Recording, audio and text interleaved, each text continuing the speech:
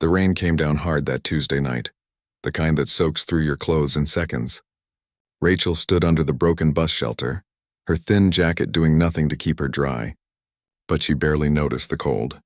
All she could think about was the tiny bundle in her arms, her baby girl Lily, wrapped in the only blanket they had. Lily was burning up. Rachel had felt it an hour ago when she touched her daughter's forehead.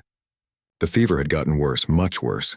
The baby's cheeks were red, her little body trembling, and those soft cries that usually meant she was hungry or tired now sounded different, weaker, scared, even. Rachel's hands shook as she tried her phone one more time. Dead. Of course it was dead. She'd forgotten to charge it the night before because the electricity in her tiny apartment had been acting up again. And now when she needed it most, the black screen stared back at her like a cruel joke. The hospital was 3 miles away. 3 miles might as well be 30 when you're on foot with a sick baby in a storm. The last bus had stopped running 20 minutes ago. Rachel had waited and waited, hoping maybe one more would come, but the empty street told her everything she needed to know. She stepped out from under the shelter and into the rain. Her sneakers, already worn thin at the soles, squelched in the puddles. Lily whimpered against her chest and Rachel held her closer, trying to shield her from the rain with her own body. "It's okay, sweetheart," she whispered, her voice cracking. "Mommy's going to get you help." "I promise, but how?" That was the question that made her stomach twist into knots. She had $12 in her pocket. Not enough for a taxi, even if she could find one out here. Her neighbors? Mrs. Chen from downstairs didn't have a car. The college kids on the 3rd floor were never home. There was nobody. Nobody she could call, nobody she could ask. 2 years ago, things had been different. She'd had a family then. A mother who would have dropped everything to help. A father whose strong arms would have carried them both to safety. But they were gone now. And Rachel had learned the hard way that when you're alone, you're really, truly alone.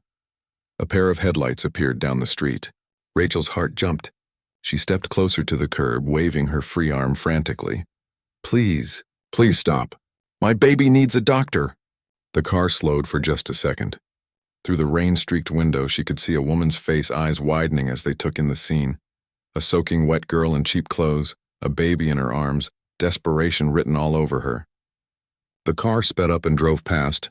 Rachel wanted to scream. She wanted to run after the car and pound on the window. Instead, she just stood there, water dripping down her face, mixing with tears she didn't remember starting to cry. Another car came. She waved again. This time the driver didn't even slow down. Then another, and another. Each one passed by like she wasn't even there, like she was invisible. Maybe she was in a way. When you're poor, when you're struggling, people have a way of looking right through you. She'd learned that over the past 2 years, too. Lily's cries got quieter. That scared Rachel more than anything. Babies were supposed to cry, weren't they? When they stopped, when they got too weak to make noise, that's when you knew something was really wrong. "No, no, no," Rachel breathed, adjusting the blanket around her daughter's face. "Stay with me, baby. Please stay with me." She started walking. If no one would stop, she'd walk the whole 3 miles. Her legs already ached from standing all day at the diner where she worked, but she didn't care. She'd walk until her feet bled if she had to. The sidewalk was uneven, cracked in places where tree roots had pushed through. Rachel stumbled once, catching herself just in time. Her heart nearly stopped. What if she'd fallen? What if she'd dropped Lily? Her mind raced with dark thoughts. What if the fever was something serious? What if they didn't make it in time? What if this was all her fault for not having money, for not having a car, for not having anyone? She thought about Lily's father, Brandon. He'd left when she was 4 months pregnant, said he wasn't ready to be a dad. She hadn't seen him since. Part of her hated him for that. But another part, a smaller, more tired part, just felt sad. Sad that Lily would grow up without knowing him. Sad that Rachel had to do this all alone. More headlights. Rachel spun around, stepping into the street this time. She didn't care if it was dangerous. She didn't care about anything except getting help. "Please." Her voice was raw now, desperate. "My baby is sick. Someone please help us." The car swerved around her and kept going. The driver honked, angry, like she was the problem. Rachel felt something break inside her then. Not her will. She'd never give up, not while Lily needed her. But something else. Her faith, maybe. Her belief that people were basically good, that someone would help if you really needed it. She was wrong. Nobody was going to stop. Nobody cared. She kept walking, one foot in front of the other, counting her steps to keep from thinking too much. 1, 2, 3, 4. Lily was so hot against her chest. 5, 6, 7, 8. The hospital had to be about 2 miles away now. 9, 10, 11, 12. That's when she heard it. A sound different from the regular cars that had been passing. Deeper, more powerful. The kind of engine that cost more than most people made in a year. Rachel turned, and through the rain she saw headlights coming toward her. Low to the ground, fast. For a second she thought it would pass like all the others. She almost didn't bother waving, but then the car slowed. And slowed more, and pulled right up to the curb beside her. Rachel stared.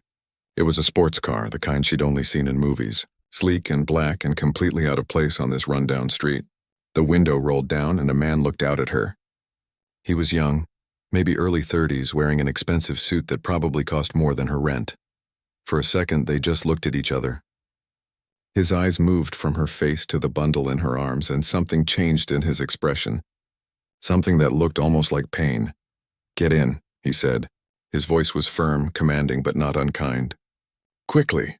Rachel hesitated for just a heartbeat. Stranger danger. Expensive car. This could be anything. But then Lily made a small, weak sound and Rachel stopped thinking. She yanked open the passenger door and climbed inside, cradling her daughter carefully. The interior smelled like leather and something expensive. Rachel's wet clothes immediately soaked the seat, but the man didn't seem to notice or care. He was already pulling back onto the street, driving fast but controlled. "The hospital," Rachel managed to say. "Children's Memorial. She has a fever and I don't know what's wrong and—" "I know where it is." The man interrupted, his eyes focused on the road. He pulled out a phone with one hand, pressing a button. "This is David Chen. I need the pediatric emergency team ready. We're 5 minutes out." Rachel's mind reeled. He'd just made a phone call and demanded doctors be ready. Who was this person? David glanced at her, and for just a second his professional mask slipped. "I'm sorry," he said quietly, and there was something heavy in those words, something that meant more than just apologizing for the weather or the situation. "I should have been there sooner." The car moved through the rain like a bullet, smooth and fast. Rachel held Lily tight, feeling every turn, every acceleration. She'd never been in a vehicle like this. The seats hugged her body, and even though the world outside was chaos and storm, inside felt strangely calm. David drove with the kind of confidence that came from doing something 1,000 times. His hands were steady on the wheel, his eyes constantly moving between the road, the mirrors, and the GPS screen glowing on the dashboard. Every few seconds he'd glance over at Lily, his jaw tightening each time. "How long has she had the fever?" he asked, his voice cutting through the hum of the engine. "Since this afternoon," Rachel said, her words tumbling out fast. "I thought maybe it was just teething, you know? She's been fussy lately, and I read that fevers can happen when they're getting teeth, but then it kept going up and she stopped eating and her skin got so hot I could feel it through her clothes."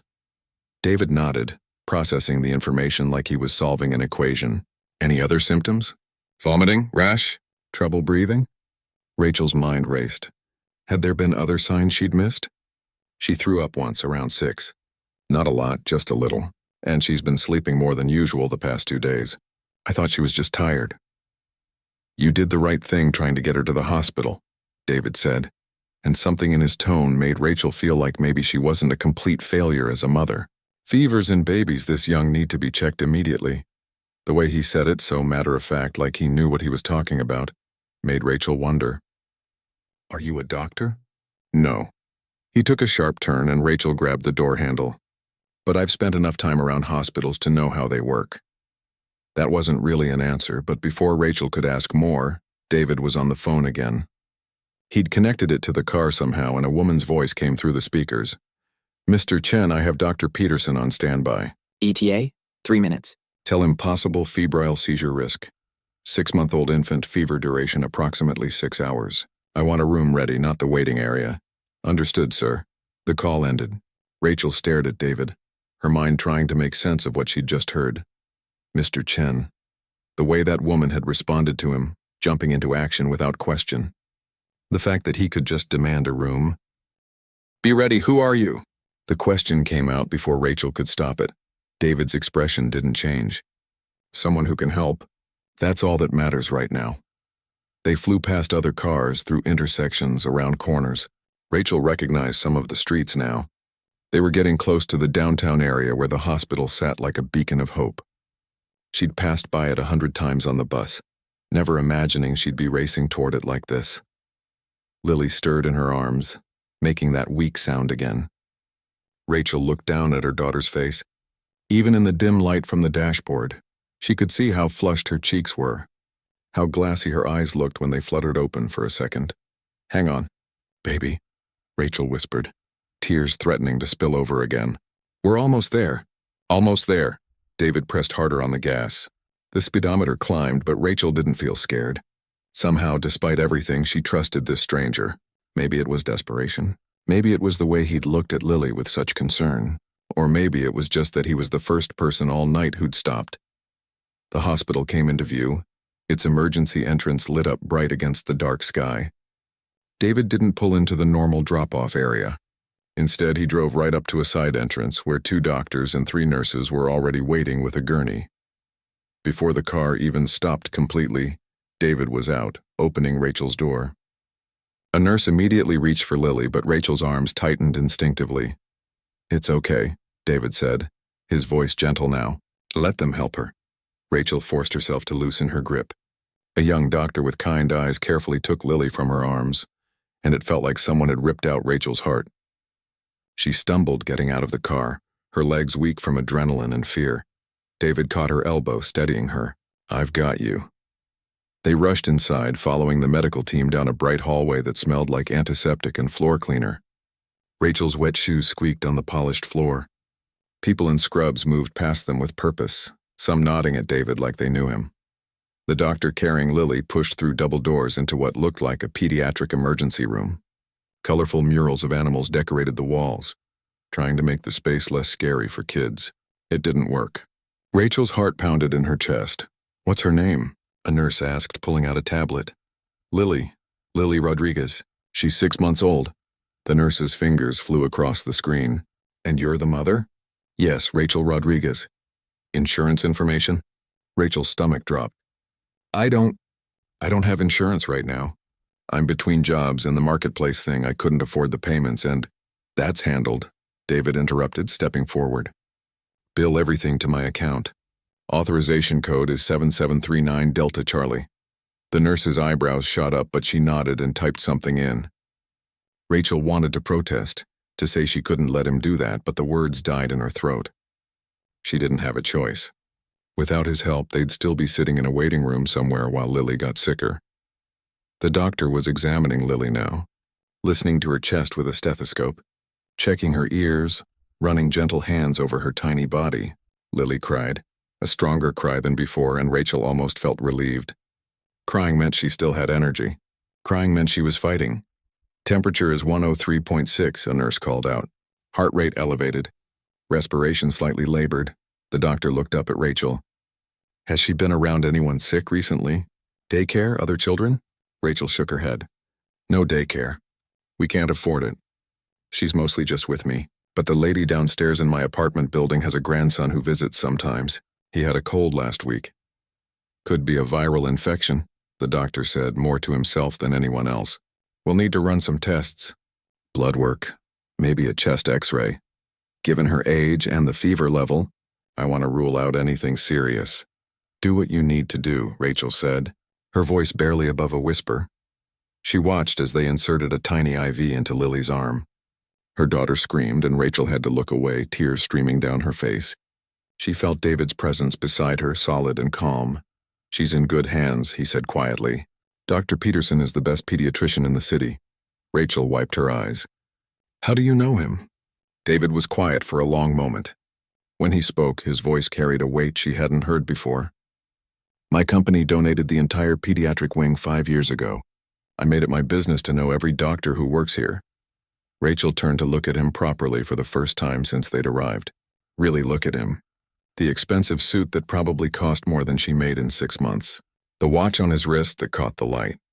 The way every staff member treated him with a mix of respect and something close to awe. "Your company," she repeated slowly. "What company?" "Chen Technologies," he said, meeting her eyes. "I'm the CEO." Rachel felt like the floor had dropped out from under her. "Chen Technologies. Even she knew that name. They made computer chips or software or something. The building downtown with their logo took up an entire city block. This man, this stranger who'd picked her up off the street, was one of the richest people in the state. Why? The question came out broken, confused. Why did you stop? People like you don't stop for people like me. David's expression did something complicated. Pain, guilt, and something else Rachel couldn't name flickered across his face. He opened his mouth to answer, but a nurse interrupted. Mr. Chen? Dr. Peterson would like to speak with you both. They followed her to a small consultation room. The doctor was washing his hands at a sink, his expression serious but not panicked. That had to be good, right? Doctors didn't look calm when things were terrible. Lily has what appears to be a bacterial infection, Dr. Peterson explained, drying his hands. Likely a respiratory infection that spread to her bloodstream. It's serious, but we caught it early enough. We've started her on IV antibiotics and we're going to admit her overnight for observation. Rachel's knees went weak. David's hand was suddenly on her arm again, guiding her to a chair. She's going to be okay? Rachel managed to ask. With treatment, yes. If you'd waited much longer... Dr. Peterson trailed off, but the implication was clear. You did the right thing bringing her in when you did. Rachel put her face in her hands. Relief, fear, exhaustion, it all crashed over her at once. She had been so close to losing everything. If David hadn't stopped, if she'd kept walking in the rain, if she'd waited until morning. Thank you, she whispered, looking up at David through her tears. I don't know how to thank you. You saved her life. David sat down in the chair beside her. He looked tired suddenly, older than she'd first thought. You don't need to thank me, he said. I should have been there sooner. There it was again. That strange phrase. Rachel wanted to ask what he meant, but Dr. Peterson was talking about medications and visiting hours and follow-up appointments. Her mind struggled to keep up with all the information. When the doctor left, David turned to her. You'll stay here tonight. I'll have my assistant arrange a room for you. I can't ask you to. You're not asking. I'm offering. His tone left no room for argument. Your daughter needs you nearby and you need rest. When was the last time you ate? Rachel tried to remember. Breakfast? No, she'd skipped that to save money. I'm fine. You're not fine. None of this is fine. David stood up, pulling out his phone. But we're going to fix it. Rachel watched him make another call, his voice authoritative and efficient. She felt like she'd fallen into some alternate reality, where rich CEOs picked up desperate mothers in the rain and paid for everything without blinking.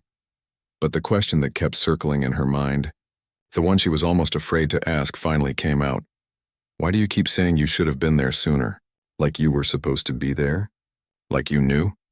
David lowered his phone. The look he gave her was full of something Rachel couldn't quite read.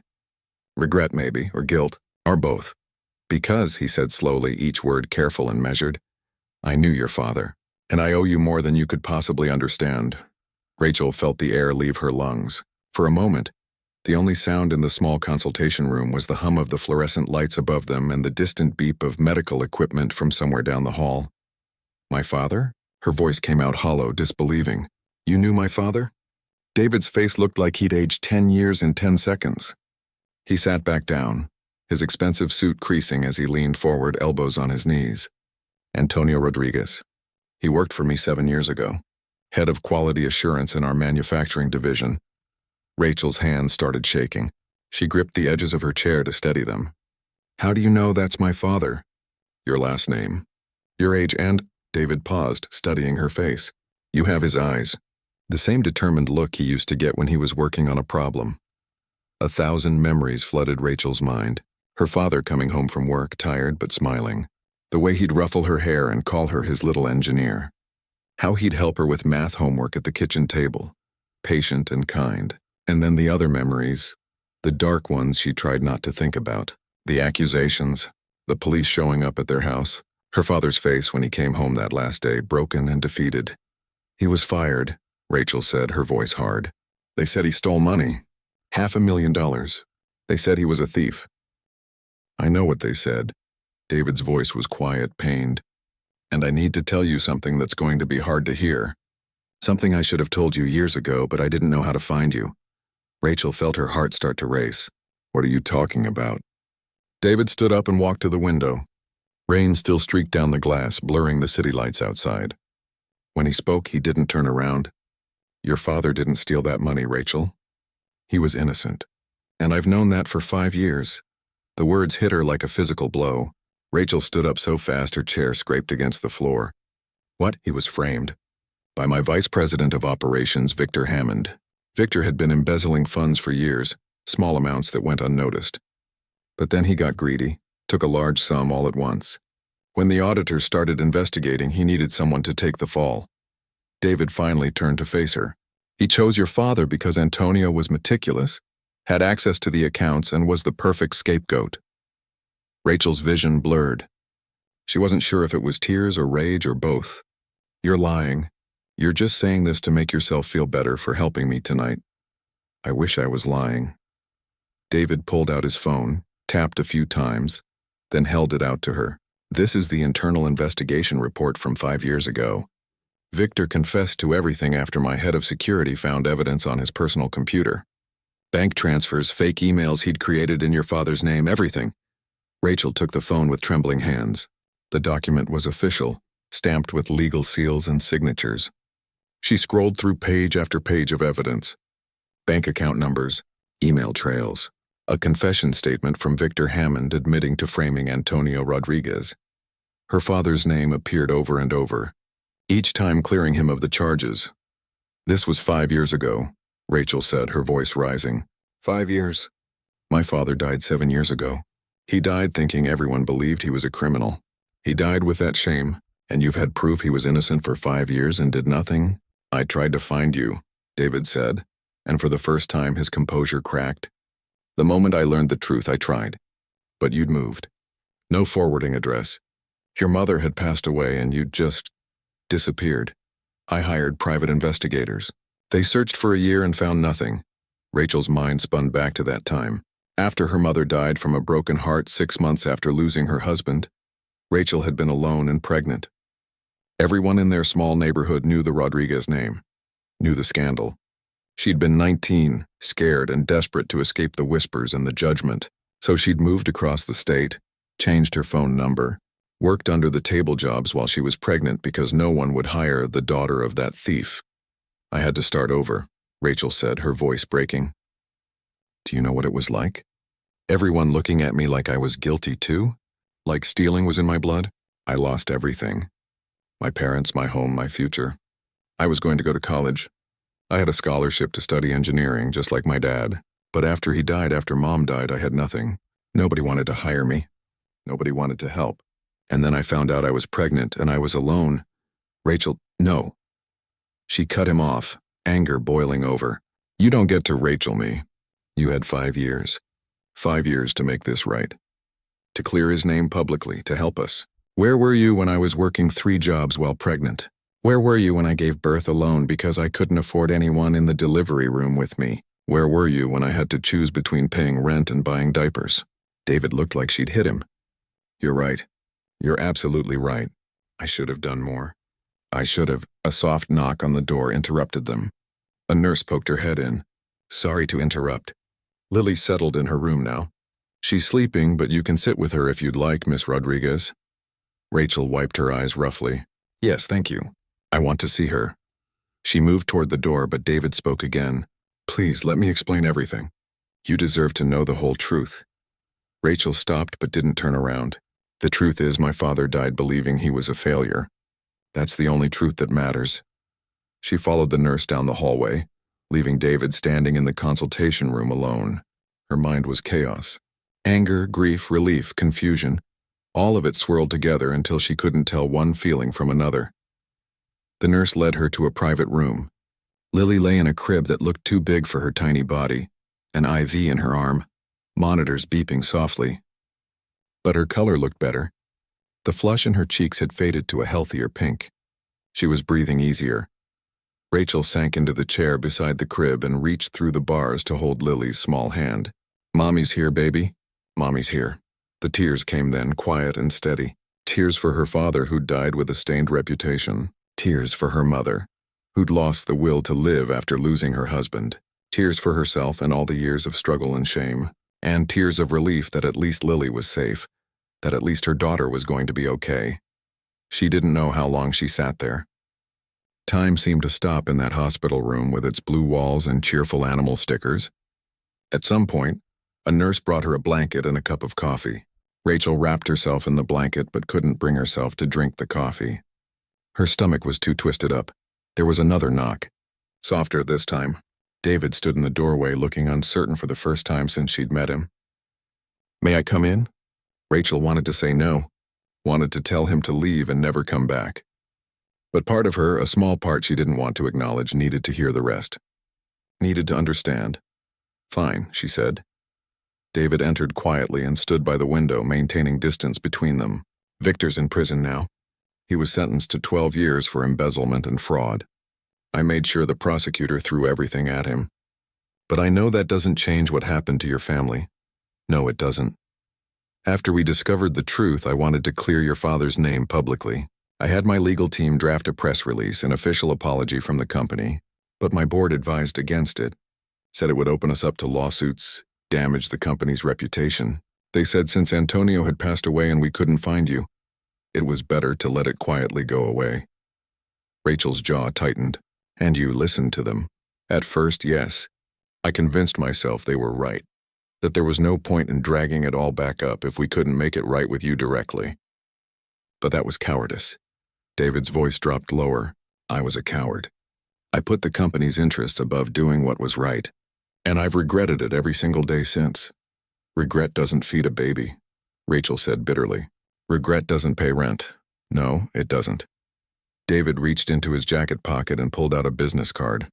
He set it on the table beside Rachel's chair. "This has my personal number. Not my office, not my assistant, me. I know you have no reason to trust me or to believe anything I say, but I'm asking you to give me a chance to make this right. Not for my sake, for your father's sake, and for Lily's." Rachel glanced at the card but didn't pick it up. "What could you possibly do now? You can't bring my parents back?" "No. But I can restore your father's reputation. I can issue that public apology I should have issued 5 years ago. I can make sure everyone knows Antonio Rodriguez was an honest man who was wronged. And I can," he paused, "I can make sure you and Lily have the life your father would have wanted for you. The opportunities he was denied. I don't want your charity. It's not charity. It's justice. It's what should have happened 7 years ago." David moved toward the door, then stopped. "When your father worked for me, we talked sometimes. About life, about family. He showed me pictures of you all the time. He was so proud of you, Rachel. So proud that you were going to study engineering. He used to say you were smarter than he ever was, that you were going to change the world someday." Rachel's throat tightened. She remembered those conversations her father had mentioned. How his boss was young but fair. How he actually listened to his employees. "He believed in you," David continued. "Even in those last weeks when everything fell apart, he told me he knew you'd be okay because you were strong. Stronger than anyone gave you credit for. And he was right. Look at you. You survived losing everything. You raised a daughter alone. You fought through a storm tonight to save her life. You're exactly who he thought you'd be." "Stop," Rachel whispered. "Please stop." David nodded. "I'm sorry, I'll go. But please think about what I said.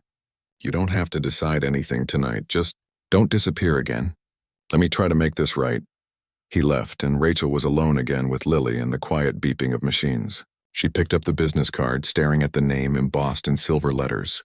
David Chen, CEO, Chen Technologies. A personal cell phone number written in pen below the printed information. She thought about throwing it away. Thought about walking out of this hospital tomorrow and never looking back, just like she'd done 7 years ago. But she also thought about her father, about the scholarship she'd lost, about the life she could have had, about Lily, growing up with the same struggles Rachel had faced, the same lack of opportunities. "What would you do, Dad?" she whispered to the empty room. "Would you forgive him? Would you take his help?" Lily stirred in her sleep, making a small content sound. The fever had broken. She was going to be fine. And maybe, Rachel thought, maybe that was a sign. Maybe it was time to stop running. Time to face the past even if it hurt.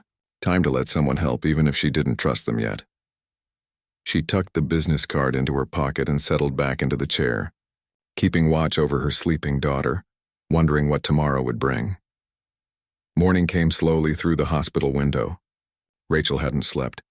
Every time she closed her eyes, she saw her father's face.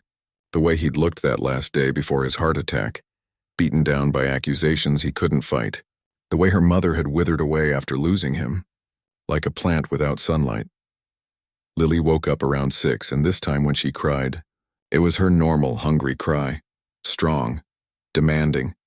The most beautiful sound Rachel had ever heard. A nurse came in to check her vitals and smiled. Her fever's completely gone. Temperature's normal. Whatever she had, the antibiotics are working perfectly. Relief washed over Rachel so intensely she had to grip the side of the crib. When can we go home? Dr. Peterson wants to keep her one more day for observation, just to be safe. But she's doing wonderfully. The nurse adjusted Lily's IV. You should go get some breakfast. There's a cafeteria on the 2nd floor. We'll watch her. Rachel hesitated. She hadn't left Lily's side all night. Really, the nurse said gently. You need to take care of yourself too. She needs her mama healthy. Rachel finally nodded. She kissed Lily's forehead and headed toward the elevator, her body aching from sleeping in a chair. She still wore the same damp clothes from last night, her hair a mess, her eyes red from crying. The cafeteria was quiet at this early hour. A few tired-looking doctors grabbed coffee. An elderly man sat alone by the window. Rachel got in line, checking her pockets for the $12 she had left. Maybe enough for toast and coffee. That's already paid for. Rachel turned. The cashier, a middle-aged woman with kind eyes, pointed to a note taped to the register. Mr. Chen left instructions. Any meals for Rachel Rodriguez are covered. Get whatever you need, honey. Rachel's first instinct was to refuse, but her stomach growled, reminding her she hadn't eaten in over 24 hours. Pride wouldn't fill her belly or give her the strength to take care of Lily. Thank you, she said quietly, and loaded her tray with eggs, fruit, toast, and orange juice, more food than she'd normally buy in 3 days. She found a table in the corner and ate mechanically, her mind elsewhere. David's words from last night kept replaying. The investigation report. Victor Hammond in prison. Her father's innocence proven. 5 years of knowing the truth and doing nothing, but also David stopping his expensive car in the rain. Calling ahead to the hospital. Paying for everything without hesitation. The way he'd looked at Lily with genuine concern. The guilt in his voice when he talked about her father. People weren't simple. That's what her father used to say. Nobody's all good or all bad. We're all just trying to do our best, and sometimes we mess up. Rachel pulled the business card from her pocket. The cardstock was thick, expensive. She ran her thumb over the embossed letters. Before she could talk herself out of it, she borrowed a phone from the cafeteria's courtesy desk and dialed the number. He answered on the second ring. This is David. It's Rachel. Her voice came out steadier than she expected. We need to talk. Really talk? There was a pause. I can be there in 15 minutes and not here. I need to get out of this hospital for a bit. There's a park across the street. I'll meet you there. Rachel returned the phone, threw away her tray, and checked on Lily one more time. Her daughter was sleeping peacefully, a nurse sitting nearby doing paperwork. Satisfied, Rachel took the elevator down and walked across the street to the small park. It had stopped raining. The morning air smelled fresh and clean, the way it only does after a storm. Rachel sat on a bench still wet from last night, not caring that it soaked through her jeans. She watched pigeons peck at the ground, watched an old woman walking her dog, watched life continuing like the world hadn't just tilted on its axis. A car pulled up. Not the Lamborghini from last night, but a regular sedan. David got out and Rachel almost didn't recognize him. He wore jeans and a simple sweater, his hair slightly messy. He looked human, normal, not like a CEO worth millions. He sat on the other end of the bench, maintaining distance. Thank you for calling. I'm not saying I forgive you, Rachel said bluntly. I don't know if I can, but I need to understand. All of it, the whole story. No corporate speak, no legal, carefully worded explanations. Just the truth. David nodded. Okay, the truth. He leaned forward, elbows on his knees, staring at the ground. Your father was one of the best employees I ever had. Smart, dedicated, honest. When the money went missing, I didn't want to believe he'd taken it. But the evidence seemed solid. Bank accounts in his name. Emails authorizing transfers. I had to let him go. Company policy, legal requirements. I didn't have a choice. Everyone has a choice, Rachel said. You're right. I could have fought harder. could have investigated deeper before firing him. But I was younger then, more concerned about protecting the company than protecting people. I trusted my vice president when he said it was an open and shut case. That was my first mistake. A jogger ran past them. A child laughed somewhere in the distance. After your father died, after your mother passed, the case was closed. Everyone moved on. Except Victor. He got greedy again, started taking more money. That's when my head of security noticed discrepancies. We did a full audit and everything unraveled. We found Victor's real accounts, found emails he'd forged, found the whole scheme. And you did nothing, Rachel said, the anger creeping back into her voice. I wanted to. God, I wanted to shout it from the rooftops that Antonio Rodriguez was innocent, that we'd made a terrible mistake. But my board, David's voice hardened. They convinced me it would destroy the company. Shareholder lawsuits, public relations nightmare.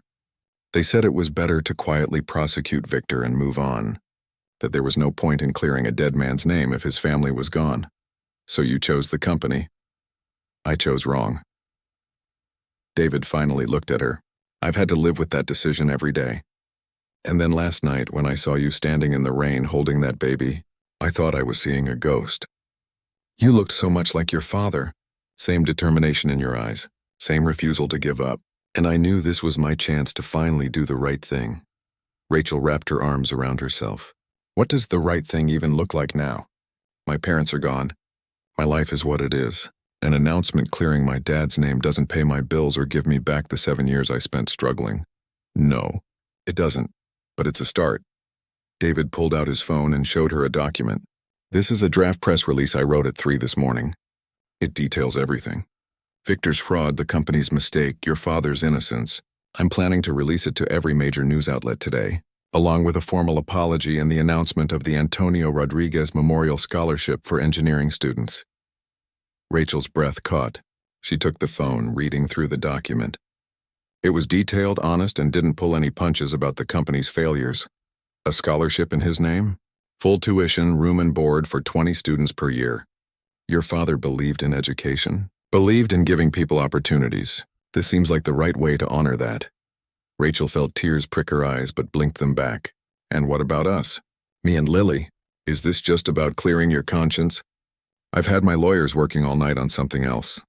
David pulled out a folder from his car. This is complicated, so bear with me. When your father was terminated, he lost all his benefits. His pension, his stock options, everything. He'd worked for the company for 8 years. If he'd stayed until retirement, those stocks alone would be worth close to $2 million today. Rachel's head spun. $2 million? I can't give you the stocks directly. Legal complications with wrongful termination lawsuits and such.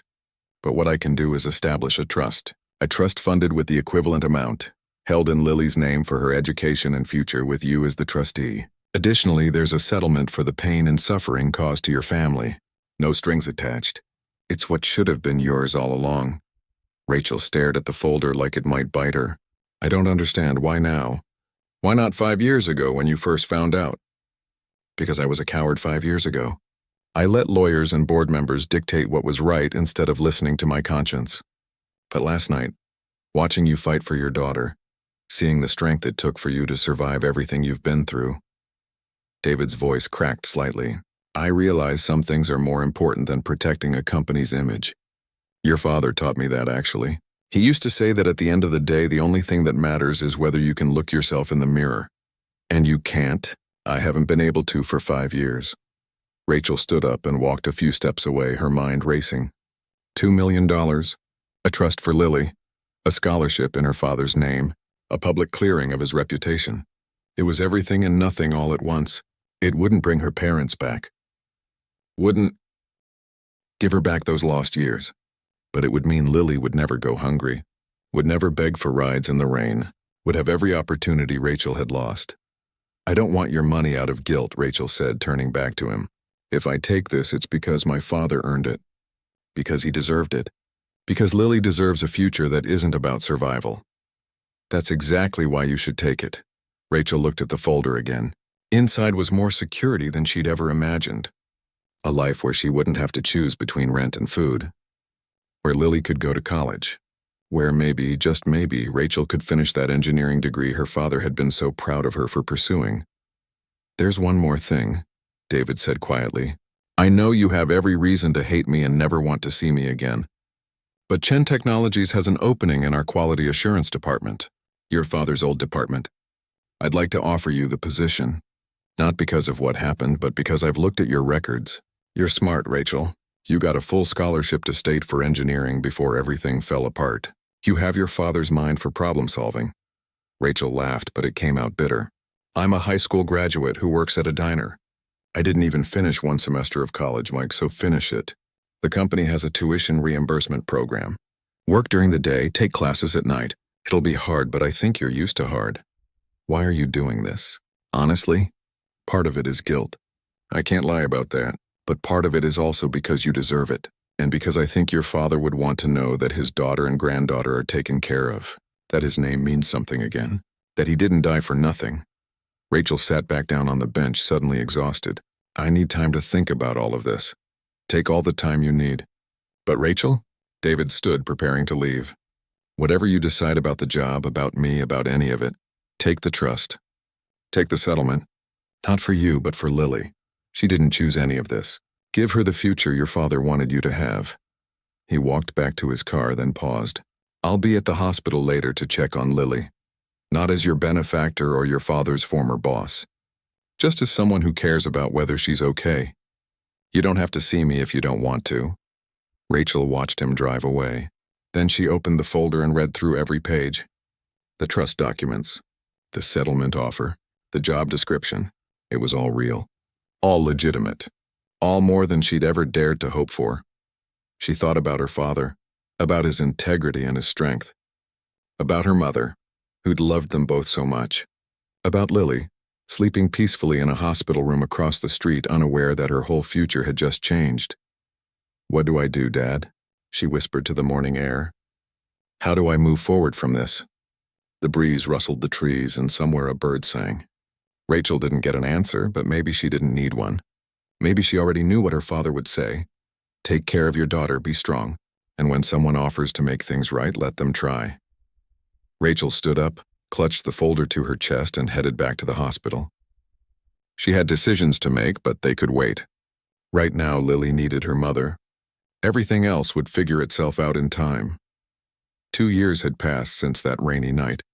Rachel stood in front of the bathroom mirror in her small but comfortable apartment, adjusting the collar of her work blazer.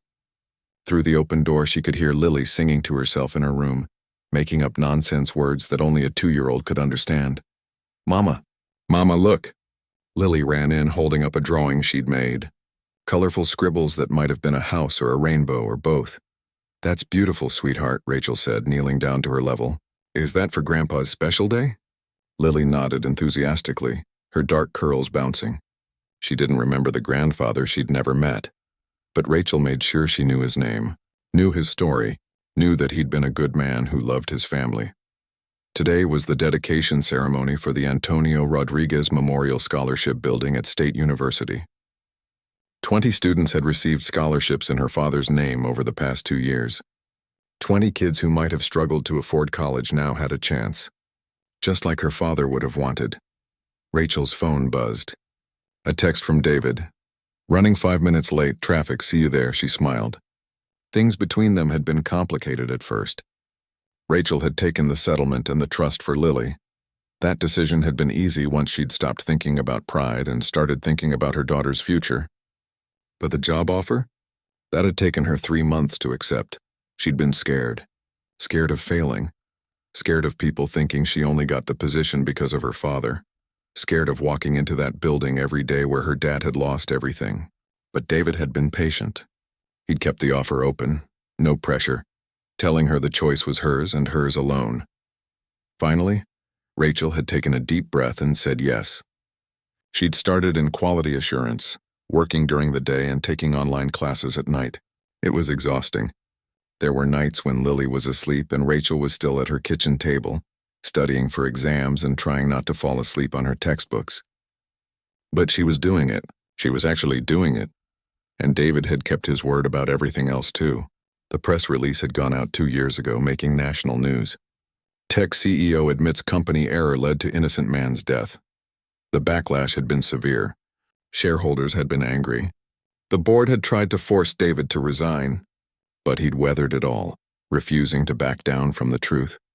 Victor Hammond's sentence had been extended after the public disclosure revealed additional fraud charges. Rachel had been asked if she wanted to attend his sentencing. She'd said no. That chapter was closed. She wasn't interested in revenge, only in moving forward. "Come on, baby girl," Rachel said, taking Lily's hand. "Let's go see Grandpa's building." The drive to the university took 30 minutes. Rachel had saved up and bought a used car 6 months ago. Nothing fancy, but it was reliable and it was hers. No more begging for rides. No more standing in the rain hoping someone would stop. The campus was beautiful in early autumn. Orange and red leaves dotted the pathways. Students walked in groups, laughing and talking, carrying backbooks and coffee cups. Rachel had been one of them once for one brief semester before everything fell apart. Now she was back, taking classes again, but this time as a working mother who'd seen the worst life could throw at her and survived. The new scholarship building stood at the center of campus, modern and bright with floor-to-ceiling windows. A crowd had already gathered for the ceremony. Rachel recognized some faces from Chen Technologies, including Dr. Peterson from the hospital who'd become a friend over the past 2 years. She saw news reporters setting up cameras, and there near the front stood David talking with the university president. He spotted her and waved. Rachel made her way through the crowd, Lily holding tight to her hand. "You look nervous," David said when she reached him. "I hate public speaking," Rachel admitted. "Why did I agree to give a speech again?" "Because your father's story deserves to be told by someone who loved him, and because you're stronger than you think you are." Over the past 2 years, Rachel and David had developed something she hadn't expected: friendship. Not the awkward, guilt-laden relationship she'd feared, but genuine friendship. He'd been there when she struggled with her first engineering exam, talking her through concepts until they clicked. She'd been there when he'd faced a hostile board meeting, reminding him why telling the truth had been worth it. They'd grabbed coffee between meetings at work. He'd come to Lily's second birthday party at the park, bringing a ridiculously large teddy bear that now took up half of Lily's room. It was strange, but it worked. And Rachel had learned that people could surprise you, that someone could make terrible mistakes and still find a way to make things right. The ceremony began. The university president spoke about the importance of integrity and second chances. A scholarship recipient, a young woman studying mechanical engineering, talked tearfully about how the scholarship had saved her from dropping out. And then it was Rachel's turn. She walked to the podium, her legs shaking. Lily sat in the front row with a woman from Chen Technologies who'd volunteered to watch her during the speech. The little girl waved, and Rachel waved back, drawing strength from her daughter's smile. "My father, Antonio Rodriguez, was a good man," Rachel began, her voice carrying across the crowd. "He worked hard. He loved his family. He believed that everyone deserved a fair chance, no matter where they came from or how much money they had. When he was accused of something he didn't do, it destroyed him, not because he cared about his reputation, but because he'd spent his whole life trying to do the right thing, and suddenly that didn't matter anymore." She paused, gathering herself. "He died believing the world thought he was a thief. My mother died of a broken heart, and I spent years angry at everyone. Angry at the people who'd accused him, angry at the system that failed him, angry at myself for not being able to fix it. That anger nearly destroyed me too." Rachel looked at David, who stood off to the side, listening. But then something happened. Someone decided that the truth mattered more than protecting their own interests. Someone decided that clearing an innocent man's name was worth the consequences, and that decision changed everything. A few people in the crowd shifted, recognizing the story from the news coverage 2 years ago. "This building isn't just about my father," Rachel continued. "It's about every person who's been knocked down and needs a hand up. It's about giving people chances they might not get otherwise. It's about believing that where you start doesn't determine where you end up. My father believed that. And now, because of the scholarship in his name, 20 students each year get to believe it too." She took out the drawing Lily had made that morning. "My daughter never got to meet her grandfather, but she knows his name. She knows his story, and she'll grow up knowing that he was a man of integrity who deserved better than what he got, but whose legacy lives on anyway. That's more than I ever thought I'd be able to give her." The crowd applauded. Rachel stepped down from the podium, her hand still shaking but her heart feeling lighter than it had in years. David met her at the bottom of the steps. "Your father would be proud," he said quietly. "I hope so." They walked together to the building entrance where a cloth covered the dedication plaque. The university president handed Rachel the cord. "Would you like to do the honors?" Rachel pulled and the cloth fell away, revealing a bronze plaque that read, "Antonio Rodriguez Memorial Building, dedicated to the memory of a man of integrity and to the belief that everyone deserves a second chance." Rachel traced her father's name with her fingers. She wished he could see this, wished he could know that his name meant something good now, something lasting. But maybe in some way he did know. Maybe he'd known all along that she'd be strong enough to survive, to fight, to carry on his legacy. Lily tugged at her sleeve. Grandpa? "Yes, baby. That's your grandpa's name. He was a very special man. Like you, Mama?" Rachel laughed, picking up her daughter. "I try to be." The crowd dispersed after the ceremony, people filing into the building for the reception. But Rachel stayed outside for a moment, holding Lily and looking up at the building that bore her father's name. The sun broke through the clouds, warming her face. David joined her again. "You know, there's a position opening up next month. Senior quality engineer. I think you should apply." Rachel raised an eyebrow. "I'm still finishing my degree. You'll have it done by spring. And you're already doing the work of a senior engineer.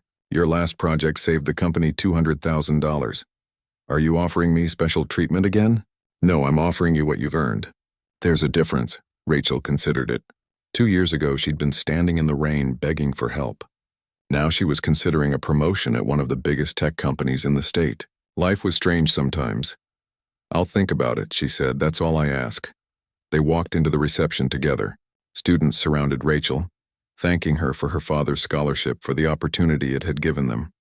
One girl, the mechanical engineering student who'd spoken earlier, hugged her tightly. "I'm going to make your father proud," she whispered. "I promise." "You already have," Rachel told her. Later, as the sun set and the crowd thinned, Rachel found herself back outside, sitting on a bench while Lily ran around on the grass chasing falling leaves. David sat beside her, both of them quiet, watching the little girl play. "Thank you," Rachel said suddenly, "for everything. For stopping that night, for telling the truth, for giving me a chance. You don't have to thank me." "Yes, I do. You could have driven past like everyone else. You could have stayed silent to protect yourself.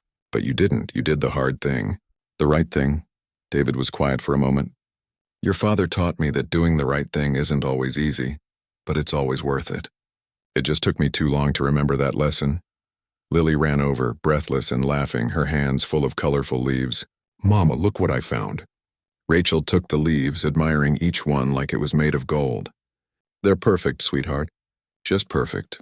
As they packed up to leave, Rachel took one last look at the building.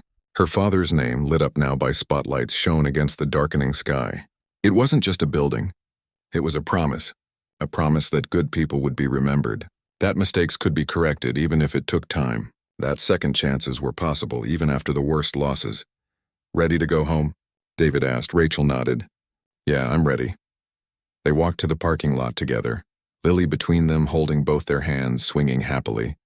And for the first time since that terrible night 7 years ago when police had shown up at her door, Rachel felt something she'd almost forgotten was possible. She felt at peace. The past couldn't be changed. Her parents were still gone. Those years of struggle had still happened. But the future? The future was full of possibility. For her, for Lily, for all the students who'd benefit from her father's scholarship. Antonio Rodriguez's story hadn't ended in tragedy after all. It had just taken a different path, one that led to redemption and hope and new beginnings, and sometimes, Rachel thought as she buckled Lily into her car seat, sometimes that's exactly what second chances look like. Not erasing the past but building something better from its pieces, not forgetting the pain but refusing to let it define you, not accepting defeat, but standing in the rain until someone finally stops. Someone had stopped for her that night, and it had changed everything.